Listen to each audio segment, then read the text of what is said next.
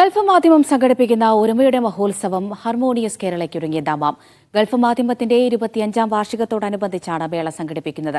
November 29-ന് Dammam amphi തിയേറ്ററിൽ വെച്ചാണ് മേള അരങ്ങേറുക. സൗദി കിഴക്കൻ പ്രവിശ്യയിലെ പ്രവാസികൾക്ക് പുത്തൻ അനുഭവങ്ങൾ പകരാൻ ഗൾഫ് മാധ്യമം ഒരുക്കുന്ന ഒരുമയുടെ മഹോത്സവമായ ഹാർമോണിയസ് കേരളയ്ക്ക് നവംബർ 29-ന് തിരശ്ശീല ഉയരും.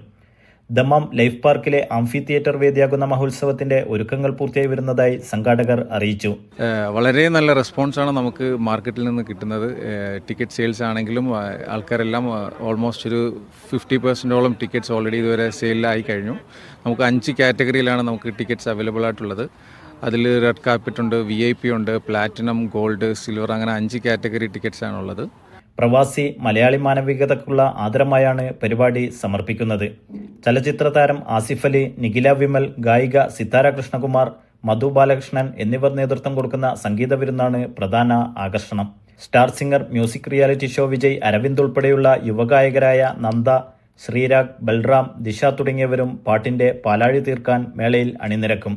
പ്രവേശന പാസിന് 05592803020 എന്ന നമ്പറിൽ ബന്ധപ്പെടാവുന്നതാണ്. Media 1 Dammam.